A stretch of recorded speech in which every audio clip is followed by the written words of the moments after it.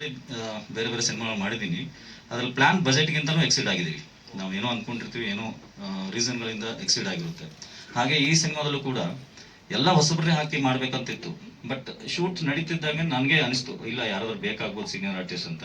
ಆ ಸಮಯದಲ್ಲಿ ನಾವು ಸೀನಿಯರ್ ಆರ್ಟಿಸ್ಟ್ ಅಂತ ಅಂಜನಪ್ಪ ಅವ್ರನ್ನ ಹಾಕಿದ್ವಿ, ಆಮೇಲೆ ಶೈಲೇಶ್ ಅವ್ರನ್ನ ಹಾಕಿದ್ವಿ, ಮೀನಾ ಅವ್ರನ್ನ ಹಾಕಿದ್ವಿ. ಈ ಥರ ಕೆಲವೊಂದು ಸೀನಿಯರ್ ಆರ್ಟಿಸ್ಟ್ಗಳನ್ನ ಬೇಕಾದ ಪಾತ್ರಗಳಲ್ಲಿ ಇಂಟ್ರೊಡ್ಯೂಸ್ ಮಾಡ್ತಾ ಹೋದ್ವಿ. ಸೊ ಇದು ಸಿನಿಮಾಗೆ ಹೆಲ್ಪ್ ಆಗ್ಬೋದು ಅಂತ ಉದ್ದೇಶದಿಂದ ಮಾಡಿದ್ವಿ. ಯಾಕಂದ್ರೆ ನನಗೆ ಅಂದ್ಕೊಂಡು ಬಜೆಟ್ ಆಲ್ರೆಡಿ ಉಳಿದಿತ್ತು, ಸೇವ್ ಆಗಿತ್ತು. ಸೊ ಆ ಖುಷಿ ಇತ್ತು, ಇನ್ನೂ ಏನು ಬೇಕಾದ್ರೂ ಮಾಡೋಣ ಅಂತ. ಸೊ ಹಾಗಾಗಿ ನೋಡಿ, ಅದೇ ಖುಷಿನ ಇವತ್ತೂ ಎಕ್ಸ್ಪ್ರೆಸ್ ಮಾಡ್ತಾ ಇದ್ದೀನಿ. ಏನಂದ್ರೆ ಸಿನಿಮಾ ಕಂಪ್ಲೀಟ್ ಆದದ್ದೇ ನಾನು ಪ್ರೆಸ್ ಮೀಟ್ ಮಾಡ್ತಾ ಇದ್ದೀನಿ. ಸೊ ಇನ್ನೂ ಸಪೋರ್ಟ್ ಮಾಡಿದ್ದಾರೆ. ಎಲ್ಲರಿಗೂ ಒಳ್ಳೇದಾಗ್ಲಿ, ಮತ್ತೆ ನಿನಗಾಗಿಟ್ಟು ಅನ್ನೋ ಮೂವಿಗೂ ಒಳ್ಳೇದಾಗ್ಲಿ.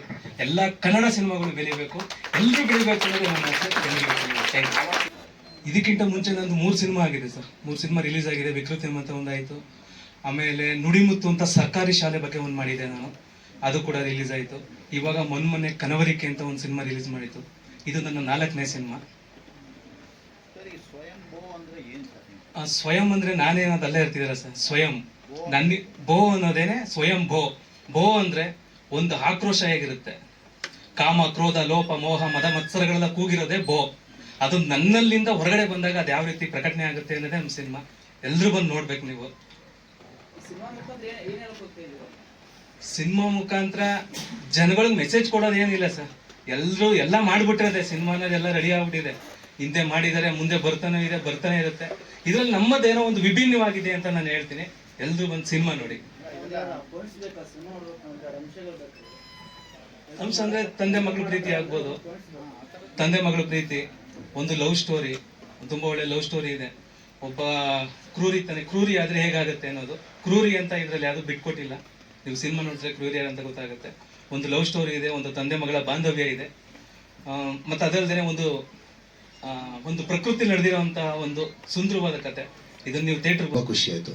ಶಾಕಿಂಗ್ ಏನು ಹೋಗ್ತಂದ್ರೆ ಪ್ರೊಡ್ಯೂಸರ್ ಕೈ ಕೊಟ್ಬಿಟ್ಟು, ಸರ್ ಪ್ರೊಡಕ್ಷನ್ ಮಾಡೋಕ್ಕಾಗಲ್ಲ, ಪ್ರೊಡ್ಯೂಸ್ ಮಾಡಿ ನಿಲ್ಲಿಸ್ತಾ ಇದೀವಿ ಅಂತ ಹೇಳ್ಬಿಟ್ಟು ಸಡನ್ಲಿ ಶಾಕ್ ಆದೆ ನಾನು. ಆವಾಗ ನಾನು ಅಷ್ಟು ದೊಡ್ಡ ವ್ಯಕ್ತಿ ಅಲ್ಲ. ಸೊ ನಾನೇನು ಮಾಡಿದೆ, ನನ್ನ ಫ್ರೆಂಡ್ಸ್ ಎಲ್ಲ ಸರ್ಕಲ್ ಎಲ್ಲ ತಗೊಂಡು ಒಂದು ಸ್ವಲ್ಪ ಫೈನಾನ್ಸ್ ಮಾಡಿ ನಾನೇ ಚಿತ್ರನ ಬರೋಣ ಅಂತ ಅಂದ್ಕೊಂಡೆ.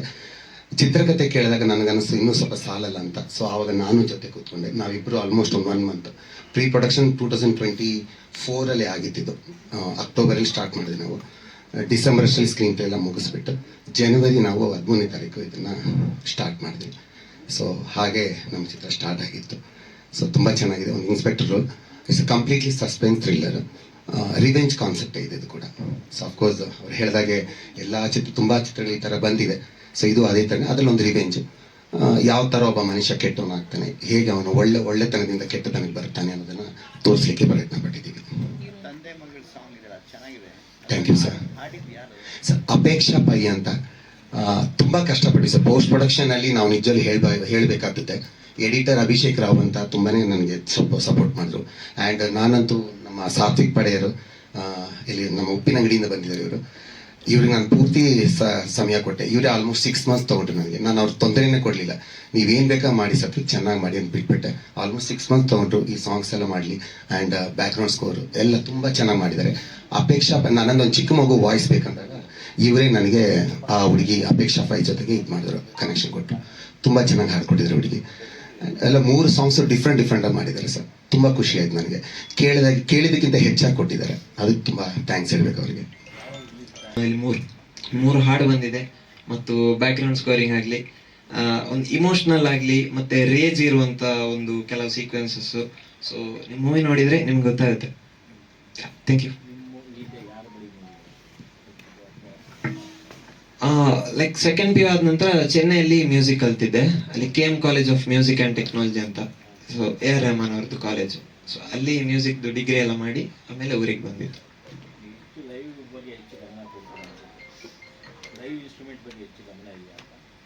ಕೊಟ್ಟಿದ್ದೀವಿ ಸರ್. ಅಂದ್ರೆ ಒಲವಿನ ಪ್ರೀತಿ ಅಂತ ಒಂದು ಸಾಂಗ್ ಇದೆ ಇದರಲ್ಲಿ, ರೊಮ್ಯಾಂಟಿಕ್ ಸಾಂಗ್. ಸೊ ಅದರಲ್ಲಿ ನಾವು ತುಂಬಾ ಲೈವ್ ಇನ್ಸ್ಟ್ರೂಮೆಂಟ್ಸ್ ಯೂಸ್ ಮಾಡಿದ್ದೇವೆ. ಅಲ್ಲ, ಯೂಕ್ಯುಲೆಲೆ ಆಗಲಿ, ಗಿಟಾರ್ಸು, ಫ್ಲೂಟ್ಸು. ಸೊ ನಾನು ಅದೇ ಅಂದ್ರೆ ಒಂದು ಸ್ವಲ್ಪ ಲೈವ್ಲಿ ಆಗಿ ಫೀಲ್ ಆಗಬೇಕು ಸಾಂಗ್, ಅದರಲ್ಲಿ ಇಮೋಷನ್ ಇರಬೇಕು ಅಂತಾರೆ, ಸ್ವಲ್ಪ ಲೈವ್ ಇನ್ಸ್ಟ್ರೂಮೆಂಟ್ಸ್ ಜಾಸ್ತಿ ಬಳಸೋದು. ಸೊ ಕೆಲವು ಸಸ್ಪೆನ್ಸ್ ಇರುವಂತದಕ್ಕೆಲ್ಲ ಮಾತ್ರ ಲೈಕ್ ಪ್ಲಗಿನ್ಸ್ ಓರಿಯೆಂಟೆಡ್ ಮಾಡಿದ್ದೇವೆ. ಪ್ಲಾಟ್ಫಾರ್ಮ್ಗಳಿಗೆ ಕೊಡೋಕ್ಕಾಗಲ್ಲ. ಎಕ್ಸ್ಕ್ಲೂಸಿವ್ ಯಾರು ತಗೊಳ್ತಿದ್ದಾರೆ ಅಂದರೆ ಅವ್ರದ್ದೇ ಆದಂಥ ಎಲ್ಲ ಪ್ಲಾಟ್ಫಾರ್ಮ್ ಇರಬೇಕು. ಅಂದ್ರೆ ಅವ್ರದ್ದು ಸ್ಯಾಟಲೈಟ್ ಇರುತ್ತೆ, ಡಬ್ಬಿಂಗ್ ಬಿಸ್ನೆಸ್ ಇರುತ್ತೆ, OTT ಇರುತ್ತೆ. ಅಂಥ ಕಂಪನಿಗಳು ಎಲ್ಲ ರೈಟ್ಸನ್ನು ಬೈ ಮಾಡುವಂಥ ಆಪ್ಷನ್ಸ್ಗಳಿರುತ್ತೆ. ಅಲ್ಲಿ ಆಗಲಿಲ್ಲ ಅಂದರೆ ನಾವು ನಾನ್ ಎಕ್ಸ್ಕ್ಲೂಸಿವ್ ಮಾಡಲಲ್ಲಿ 20-30 ಒ ಟಿ ಟಿಗಳಿಗೆ ಕಂಟೆಂಟನ್ನು ಕೊಡ್ತಾ ಇದೀವಿ. ಅಲ್ಲಿ ಶೇರಿಂಗ್ ಬೇಸಿಸಲ್ಲಿ ಹೋಗುತ್ತೆ, ಅವಾಗ ಬೈ ಮಾಡಲ್ಲ. ನಾನ್ ಎಕ್ಸ್ಕ್ಲೂಸಿವ್ ಮಾಡಲ್ ಇದ್ದಾಗ ಪೇ ಮಾಡಲ್ಲ, ಅದು ಶೇರಿಂಗ್ ಮಾಡಲಲ್ಲಿ ಹೋಗುತ್ತೆ ಸರ್. ಸರ್ ಅದು ಕಂಟೆಂಟ್ ಮೇಲಿಂದ ಇದೆ. ನಮ್ಮ ಪ್ರಾಡಕ್ಟ್ ಅಂತ ನಾವು ತಗೊಂಡಾಗ ನಾವು ಅದನ್ನ ಪಾಸಿಟಿವ್ ಆಗಿ ಅದಕ್ಕೆ ಎಕ್ಸ್ಪ್ಲೈನ್ ಮಾಡಿ, ಅದಕ್ಕೆ ಆದಂಥ ಬಿಸ್ನೆಸ್ ಡೆಕ್ಗಳನ್ನ ಪ್ರೆಸೆಂಟೇಷನ್ ಮಾಡಿ ನಾವು ಪಿಚ್ಗಳನ್ನ ಮಾಡ್ತೀವಿ ಪ್ರತಿಯೊಂದು ಕಂಪನಿ. ಯಾಕಂದ್ರೆ ಪ್ರಾಡಕ್ಟ್ ಈಗ ಪ್ರೊಡ್ಯೂಸರ್ ಎಷ್ಟು ಹಾಕಿದಾರೆ ಅಂತ ಅವ್ರಿಗೆ ಗೊತ್ತಿರುತ್ತೆ, ಒಂದು ಬಜೆಟ್ ನಮ್ಗೆ ಹೇಳಿರ್ತಾರೆ. ಬಟ್ ನಮ್ಮ ಪ್ರಯತ್ನ ನಾವು ಮಾಡ್ತೀವಿ, ಅದು ಇಷ್ಟಕ್ಕೆ ಸೇಲ್ ಆಗಲಿ ಅಂತ ಒಂದು ಆಸೆ ಇರುತ್ತೆ.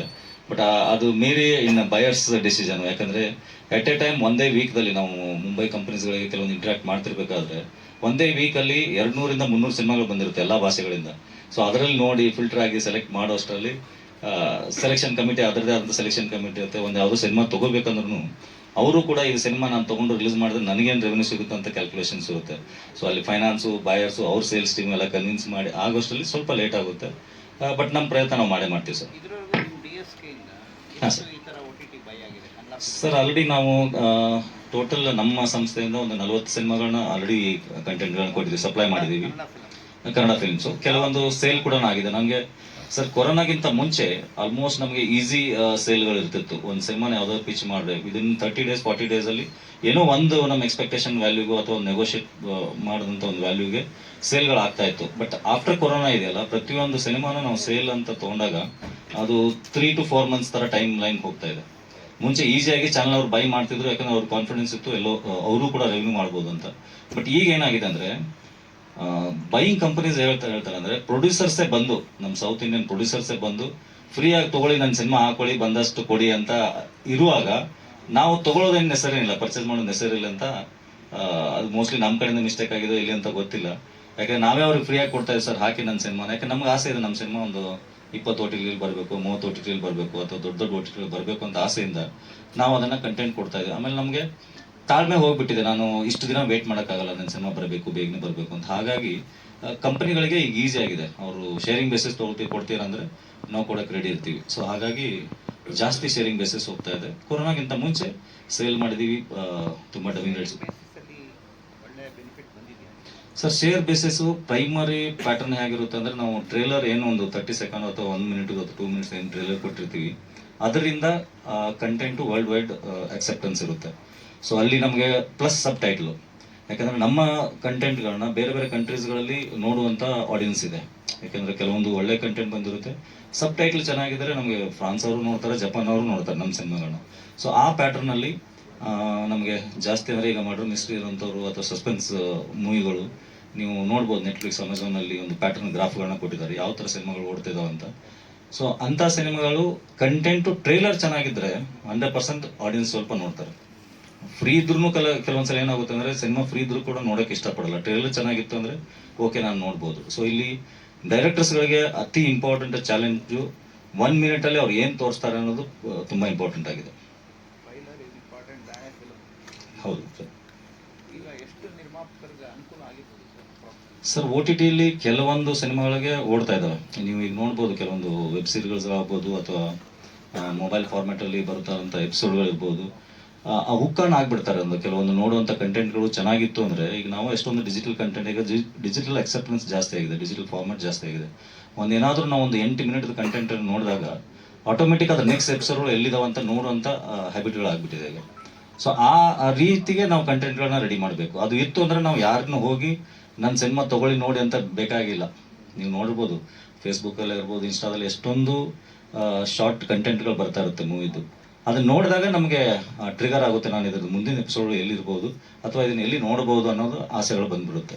ಸೊ ಇದು ಕೂಡ ನಮ್ಮ ಹೊಸ ನಿರ್ದೇಶಕರಿಗೆ ಒಂದು ಪ್ರೆಷರ್ ಕೂಡ ಇದೆ, ಈ ಥರ ಕಂಟೆಂಟ್ಗಳನ್ನ ಕ್ರಿಯೇಟ್ ಮಾಡುವಂಥದ್ದು.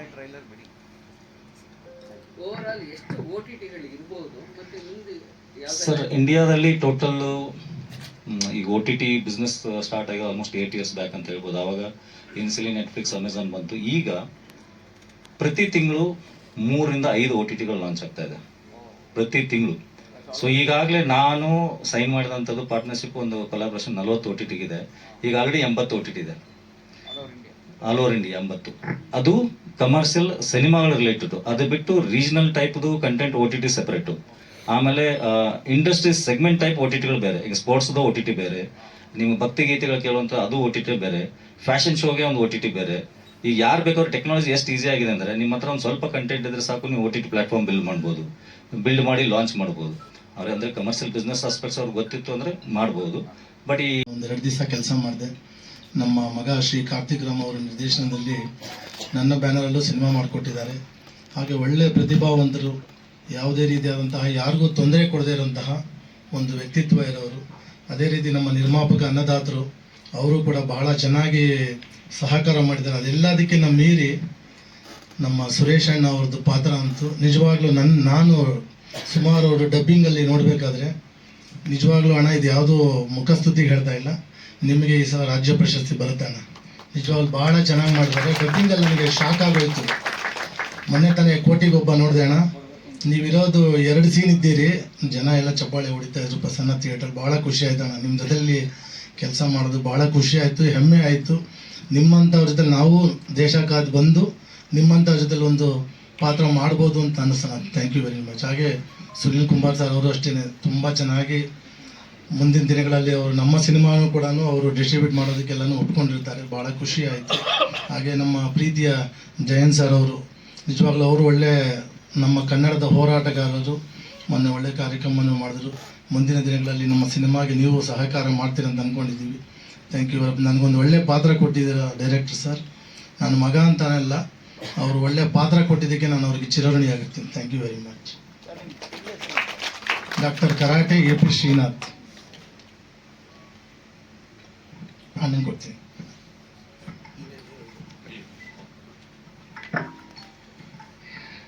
ಎಲ್ರಿಗೂ ನಮಸ್ಕಾರ. ಸ್ವಯಂಭೂ ಸಿನಿಮಾದ ನಿರ್ದೇಶಕರು ಕಾರ್ತಿಕ್ ರಾಮ್, ಸೂರ್ಯ ಮತ್ತು ಶ್ರೀನಾಥ್ ಮತ್ತೆಲ್ಲ ತಂತ್ರಜ್ಞರು, ಇದಕ್ಕಿಂತ ಮುಂಚೆ ನಿನಗಾಗಿ ಈ ಸಿನಿಮಾದ ಟ್ರೈಲರ್ ಮತ್ತೊಂದೆಲ್ಲ ಲಾಂಚ್ ಆಗಿದೆ ಮತ್ತು ಮಾತಾಡಿದರೆ ನಿರ್ಮಾಪಕರು, ವಿತರಕರು ಸುನೀಲ್ ಅವರು ಮತ್ತು ನಿರ್ದೇಶಕರು, ನಾಯಕ ನಟರು ಎಲ್ರಿಗೂ ನಮಸ್ಕರಿಸ್ತಾ ಒಂದೆರಡು ಮಾತಾಡೋಕ್ಕೆ ಇಚ್ಛೆಪಡ್ತೀನಿ. ಸ್ವಯಂಭೂ ಒಂದು ಸಾಂದರ್ಭಿಕ ಸನ್ನಿವೇಶಗಳನ್ನು ತೆಗೆದುಕೊಂಡು ಒಂದು ಸಸ್ಪೆನ್ಸ್ ಥ್ರಿಲ್ಲರ್ ಮರ್ಡರ್ ಮಿಸ್ಟ್ರಿ ಮಾಡಿದ್ದಾರೆ. ಸಂದೇಶ ಅಂತಂದರೆ ಮನುಷ್ಯನ ಮನೋಧರ್ಮ ಯಾವ ರೀತಿ ಬದಲಾವಣೆ ಆಗುತ್ತೆ, ಸಾಮಾನ್ಯ ಮನುಷ್ಯ ಯಾವ ರೀತಿ ಕ್ರೌರ್ಯ ವ್ಯಕ್ತಪಡಿಸ್ತೇನೆ ಅಂತ ಅನ್ನೋ ಒಂದು ಸಿನಿಮಾ ಭಾಳ ಚೆನ್ನಾಗಿ ಮಾಡಿದ್ದಾರೆ. ಯಾಕೆಂದರೆ ಅವರು, ನಾನು ಪೂರ್ತಿ ಸಿನಿಮಾ ನೋಡಿಲ್ಲ, ನಾನು ಡಬ್ಬಿಂಗ್ ಮಾಡುವಾಗ ನೋಡಿದ್ದಷ್ಟೇ, ಮತ್ತು ನಾವು ಕೆಲಸ ಮಾಡುವಾಗ ನಮ್ಮ ಸೀನ್ಗಳನ್ನ ಮಾನಿಟರ್ನಲ್ಲಿ ನೋಡಿದ್ದಷ್ಟೇ. ನನ್ನನ್ನು ಭಾಳ ಚೆನ್ನಾಗಿ ನೋಡಿಕೊಂಡ್ರು. ಭಾಳ ಪ್ರೀತಿಯಿಂದ ನನ್ನ ಮನೆಗೆ ಬಂದು ಕತೆ ಹೇಳಿ ಒಪ್ಪಿಸ್ಕೊಂಡು ಮಂಡ್ಯದ ಸುತ್ತಮುತ್ತ ಹಗಲು ರಾತ್ರಿ ಕೆಲಸ ಮಾಡಿದ್ವಿ. ಅಂತಂದರೆ ರಾತ್ರಿ ಲೇಟಾಗೂ ಕೆಲಸ ಮಾಡಿದ್ದೀವಿ.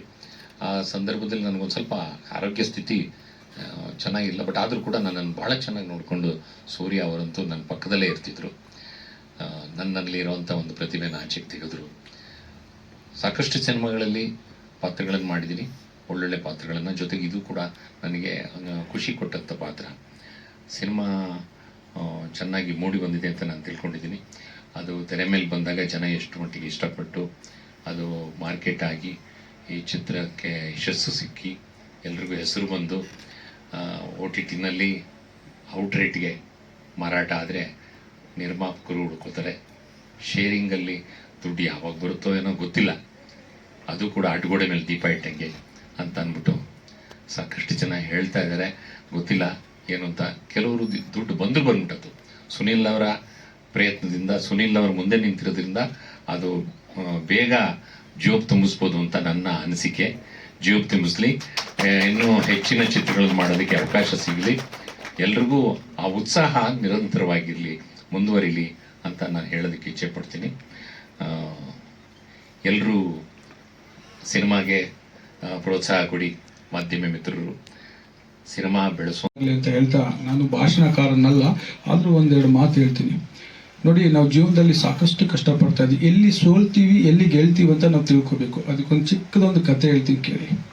ಒಬ್ಬ ಭಿಕ್ಷುಕ ಬರ್ತಿರ್ಬೇಕಾದ್ರೆ ಶ್ರೀಕೃಷ್ಣ ಪರಮಾತ್ಮ ಎದುರಿಗೆ ಸಿಕ್ಬಿಡ್ತಾನೆ. ಅವನು ಭಿಕ್ಷೆ ಕೇಳಿದಾಗ ಕೃಷ್ಣ ಪರಮಾತ್ಮ ಅವರಿಗೆ ಫುಲ್ ಒಂದು ಬ್ಯಾಗೆ ಬಂಗಾರದ್ದು ಕೊಟ್ಬಿಡ್ತಾರೆ, ತಗೊಳಪ್ಪ ನಿನ್ನ ಭಿಕ್ಷೆ ಬೇಡಬೇಡ ಅಂತ. ಸರಿ, ಅವ್ನು ತೊಗೊಂಡು ಹೋಗ್ತಾನೆ. ಮತ್ತು ಮಾರನೇ ದಿವಸ ನೋಡಿದ್ರೆ ಮತ್ತೆ ಭಿಕ್ಷೆ ಬೇಡ್ತಿರ್ತಾನೆ. ಅವ್ ಯಾಕಪ್ಪ ಹಿಂಗೆ ಸ್ವಾಮಿ, ಯಾರೋ ಒಬ್ಬ ಕಳ್ಳ ಕತ್ಕೊಂಡು ಹೋಗ್ಬಿಟ್ಟ, ಏನು ಮಾಡೋಣ? ಸರಿ, ಇನ್ನೂ ₹1 ಇನ್ನೊಂದು ಒಳ್ಳೆ ಬಂಗಾರದ ಕಾಯಿನನ್ನು ಅವ್ರಿಗೆ ಕೊಡ್ತಾರೆ. ಅವ್ನು ಮನೆಗೆ ತೊಗೊಂಡು ಹೋಗ್ತಾನೆ. ಮನೆಗೆ ಹೋಗಿ ಮತ್ತೆ ನೋಡಿದ್ರೆ ಮಾರನೇ ದಿವಸ ಅದೇ ಭಿಕ್ಷೆ ಬೇಡ್ತಿರ್ತಾನೆ.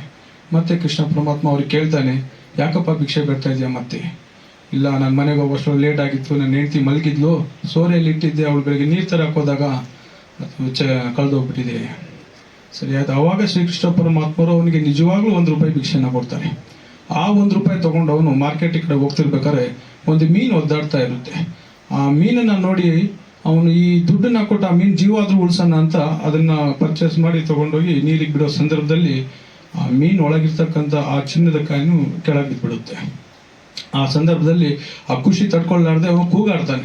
ಆ ಕತ್ಕೊಂಡು ಹೋಗಿರ್ತಾನಲ್ಲ ಕಳ್ಳ, ಅವನು ಅದನ್ನ ನೋಡಿದ ಕೂಡಲೇ ಬಂದು ಅವನ ಹತ್ರ, ಅಯ್ಯೋ ಇವನ್ನೆಲ್ಲ ನೋಡ್ಬಿಟ್ಟು ಜನ ಸೇರಿಸಿ ಓಡಿಸ್ತಾನೆ ಅಂತ ಹೇಳ್ಬಿಟ್ಟು ಆ ಚಿನ್ನದ ಬ್ಯಾಗನ್ನು ಅವನ ಹತ್ರ ಬಿಸಾಕ್ ಹೋಗ್ಬಿಡ್ತಾನೆ.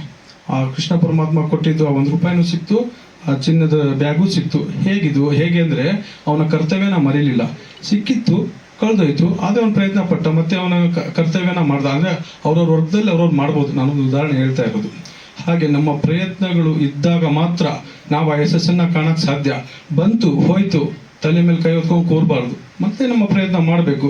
ಈ ಥರ ಪ್ರಯತ್ನ ಮಾಡ್ತಿರೋರು ಯಾರಾದರೂ ಒಬ್ರು ಇದ್ದಾರೆ, ಅದು VRLನವರು. 3 ಅವರ್ ಮಾತ್ರ ಮಲಗ್ತಾ ಇದ್ರು, ಅವ್ರು ಇಷ್ಟು ಗಂಟೆಗಳ ಕಾಲ ಕೆಲಸ ಮಾಡ್ತಾ ಇದ್ರು ಅವ್ನು ಮಾಧ್ಯಮದಲ್ಲಿ ಕೇಳಿದ್ದೆ. ಆ ಥರ ಇನ್ನೊಬ್ರು ಯಾರೋ ಒಬ್ರು ಇದ್ದಾರೆ ಅಂದರೆ ಅದು ಸುನಿಲ್ ಅವರು. ಅವ್ರೊಂದ್ಸಲ ನನಗೆ ಹೇಳಿದ್ರು, ಏನಂತ, ಸರ್ ನಾನು 3 ಅವರ್ ಅಷ್ಟೇ ಮಲಗೋದು, ತುಂಬ ಕೆಲಸ, ಹಾರ್ಡ್ ವರ್ಕು ಅಂತ ಹೇಳಿದ್ರು. ಅವ್ರು ನಿಜನಾ ಇಲ್ಲ ಅಂತ ಒಂದು ದಿವಸ 2 ಗಂಟೆಗೆ ಫೋನ್ ಮಾಡ್ತೀನಿ ನಾನು, ಮಿಸ್ ಕಾಲ್ ಕೊಡ್ತೀನಿ, ಕಾಲ್ ಮಾಡಲ್ಲ, ರಿಟರ್ನ್ ಮಾಡ್ತಾರೆ ಅವರು. ನಿಜವಾಗ್ಲೂ ಅವ್ರು ಕೆಲಸ ಮಾಡಿ ಏನು ಮಾಡ್ತಾ ಇದ್ದೀರಾ?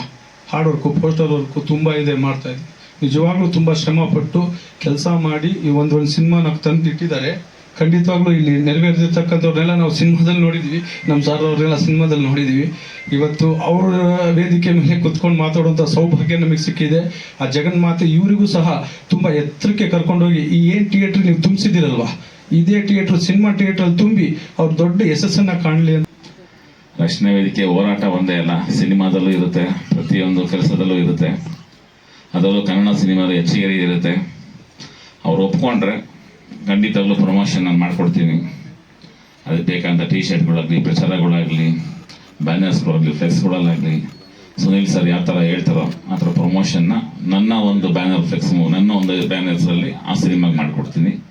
2 ಸಿನಿಮಾನು ಒಳ್ಳೇದಾಗಲಿ, ಇನ್ನೂ ಹೆಚ್ಚಿಗೆ ರೀತಿ ಕನ್ನಡ ಸಿನಿಮಾಗಳು ಬರಲಿ, ನಿರ್ದೇಶಕರು, ನಿರ್ಮಾಪಕರು ಎಲ್ರಿಗೂ ಒಂದು ಧೈರ್ಯ ಅಂತ ಬರಲಿ. ಎಲ್ರಿಗೂ ಹಾಕೋ ಸಿನಿಮಾ ಸಕ್ಸಸ್ ಆಗುತ್ತೆ ಅಂತ ಹೇಳೋಕ್ಕಾಗಲ್ಲ, ಆದರೆ ಎಲ್ಲ ಸಕ್ಸಸ್ ಆಗಲಿ ಅಂತ ನಾನು ಕೇಳ್ಕೊತೀನಿ.